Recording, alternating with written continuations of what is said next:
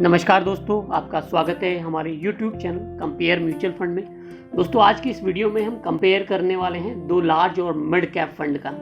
दोनों ही शानदार कंपनी है, दोनों ने ही अच्छा रिटर्न्स दिया है। अगर आप ऑल टाइम रिटर्न्स की बात करें तो आज इन दोनों का कंपेयर करेंगे और हमेशा की तरह हम 6 टॉपिक्स पर बात करेंगे: fund overview, return, risk measure, portfolio और फंड डिटेल। और लास्ट में हम कैलकुलेट करके भी देखेंगे कि अगर हम हर महीने 500 रुपये की सिप करते हैं लंबे समय में तक तो हम कितना फंड अपने लिए बना सकते हैं। दोस्तों, आज की वीडियो में हम कंपेयर करने वाले हैं SBI large and mid cap fund का एक्सिस ग्रोथ अपॉर्चुनिटी फंड के साथ।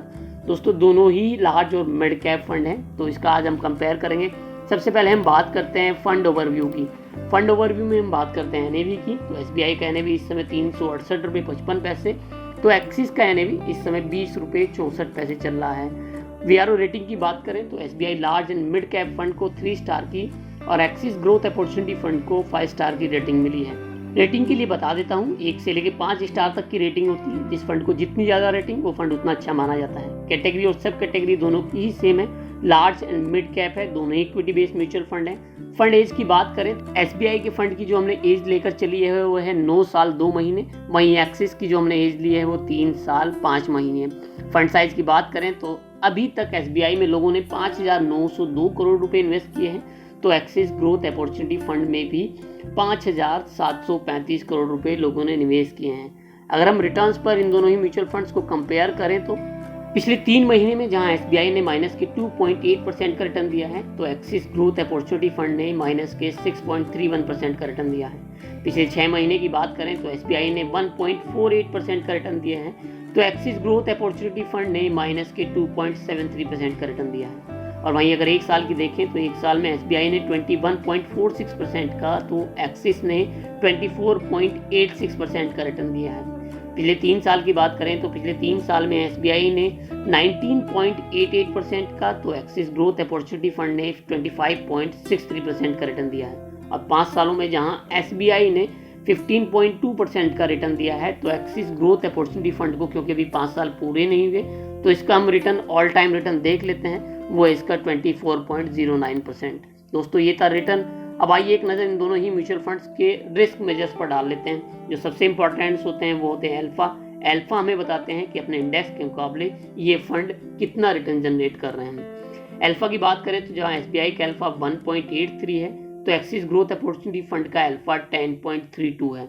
अल्फा अगर 1 से ज़्यादा होता है तो माना जाता है कि ये अपने बेंचमार्क से ज़्यादा रिटर्न जनरेट कर रहे हैं। 1 से कम होता है तो अपने बेंचमार्क के मुकाबले भी कम रिटर्न जनरेट करते हैं। जनरली वो म्यूचुअल फंड अच्छे माने जाते हैं जिनका म्यूचुअल अल्फा 1 से ज़्यादा होता है। अब बीटा की बात करते हैं। सबसे इंपॉर्टेंट फैक्टर बीटा भी होता है। बीटा हमें वोलेटिलिटी बताता है, यानी हमारा बेंचमार्क अगर बढ़ता है तो फंड कितना बढ़ता है, वहीं बेंचमार्क जब हमारा गिरता है तो फंड कितना गिरता है। जनरली बोला जाता है कि ये 1 से कम होनी चाहिए इसकी वैल्यू। तो SBI large and mid cap fund का बीटा 1.03 है, वहीं एक्सिस ग्रोथ अपॉर्चुनिटी फंड का बीटा 0.8 है, यानी एक्सिस का बीटा अच्छा है। SBI का large and mid cap fund ज़्यादा वॉलेटाइल है अपने बेंचमार्क के मुकाबले, यानी जब बेंचमार्क बढ़ता है तो ये ज़्यादा बढ़ता है, वहीं बेंचमार्क जब गिरता है तो ये म्यूचुअल फंड ज़्यादा गिरता है। अब आइए एक नज़र पोर्टफोलियो पर डाल लेते हैं दोनों ही म्यूचुअल फंड्स के। टॉप 3 सेक्टर्स की बात करें तो SBI ने जहां फाइनेंशियल, ऑटोमोबाइल और हेल्थ केयर में निवेश किया है सबसे ज़्यादा, तो एक्सिस ग्रोथ अपॉर्चुनिटी फंड ने फाइनेंशियल, टेक्नोलॉजी और केमिकल में निवेश किया है।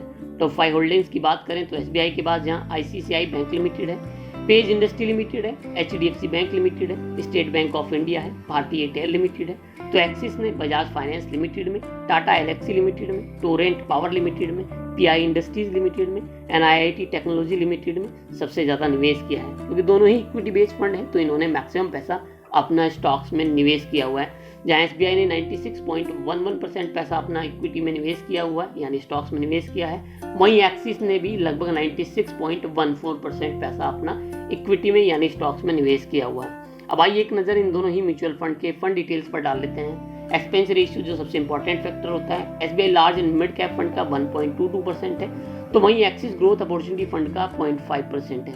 यही कंपैरिजन में सबसे अच्छे देखने की बात है कि एक्सिस का जो एक्सपेंस रेशियो है वो कम है, साथ के साथ एक्सिस ने अच्छे ज़्यादा रिटर्न भी प्रोवाइड कराए हैं SBI के मुकाबले। वहीं एग्जिट लोड की बात करें तो SBI का एग्जिट लोड जहाँ 0.1% है, वहीं एक्सिस ग्रोथ अपॉर्चुनिटी फंड का 1% है। कोई लॉक इन पीरियड नहीं, जब चाहे आप अपने पैसों को निकाल सकते हैं। बेंचमार्क इंडेक्स की बात करें तो Nifty large mid cap 250 try दोनों का ही बेंचमार्क इंडेक्स है। अगर आप सिप करना चाहते हैं तो 100 रुपये और लमसम करना चाहते हैं तो 500 रुपये जमा करने होंगे आपको SBI में। वहीं एक्सिस में अगर आप सिप करना चाहते हैं तो मिनिमम 1000 रुपये और लमसम करना चाहते हैं तो मिनिमम 5000 रुपये आपको जमा करने होंगे। ये तेरी फंड डिटेल। अब आइए कैलकुलेट करके देख लेते हैं कि अगर हर महीने 500 रुपये जमा करते हैं तो लंबे साल में यानी 20 सालों में या 30 सालों में कहीं कितना फंड अपने लिए बना सकते हैं। अब मान के चलते हैं कि 500 रुपये हम हर महीना 10 साल तक इन्वेस्ट करते हैं, जहां हमारा रिटर्न रहता है 15%। तो इस कंडीशन में जो टोटल वैल्यू हमें मिलेगी वो मिलेगी पूरे 1,39,329 रुपये। वहीं अगर हम ये जो इन्वेस्टमेंट है लगातार 20 सालों तक करते हैं, इस कंडीशन में जो टोटल वैल्यू होगी वो होगी पूरे 7,57,977 रुपये। वहीं अगर हम 30 सालों तक निवेश जारी रखते हैं 500 रुपये हर महीने, रिटर्न भी सेम ही है, तो इस कंडीशन में जो टोटल वैल्यू होगी वो होगी पूरे 35,04,910 रुपये। अब मान के चलते हैं कि जो हमारा जो रिटर्न है वो 15% ना रह के 20% हो जाती है, तो और ये जो समय हम टाइम पीरियड मान के चलते हैं 10 साल। तो इस कंडीशन में 10 साल वाली कंडीशन में जो हमारा टोटल वैल्यू होगी वो होगी पूरे 1,91,182 रुपये। वहीं 20 सालों में हम अपने लिए 15,80,740 रुपये का फंड बना सकते हैं। रिटर्न भी सेम है, मंथली इन्वेस्टमेंट भी सेम है। वहीं 30 सालों में हम अपने लिए 1,16,80,401 रुपये का फंड बना सकते हैं। रिटर्न भी सेम है, इन्वेस्टमेंट भी सेम है। टोटल इन्वेस्टमेंट 30 सालों तक हमारी हुई 1,80,000 रुपये। तो हमें जो टोटल वैल्यू हुई वो पूरे हुई 1,16,80,401 रुपये।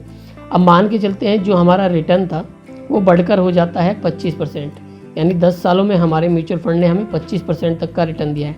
तो इस कंडीशन में जो हमें टोटल वैल्यू होगी वो होगी 2,66,402 रुपये।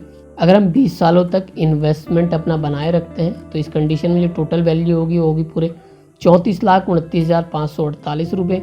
वहीं 30 सालों में ये जो हमें टोटल वैल्यू होगी वो बढ़कर हो जाएगी 4,09,87,357 रुपये। मंथली इन्वेस्टमेंट सेम है, रिटर्न 25% सेम है, टाइम पीरियड बढ़ गया है, बस 30 साल हो गया है। अब बहुत सारे म्यूचुअल फंड ने आपको 30% तक का रिटर्न भी दिया है।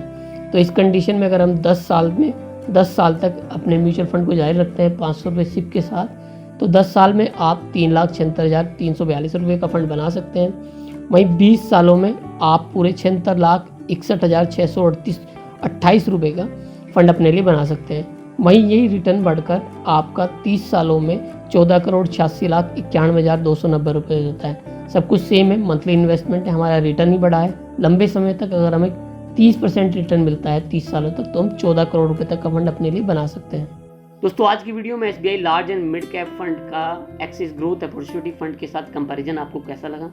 अगर आपका कोई प्रश्न या सुझाव हो तो नीचे कमेंट बॉक्स में लिख सकते हैं। अगर आप हमारी वीडियो अभी तक देख रहे हैं तो वीडियो को लाइक करते चलें, साथ में चैनल को सब्सक्राइब करते चलें।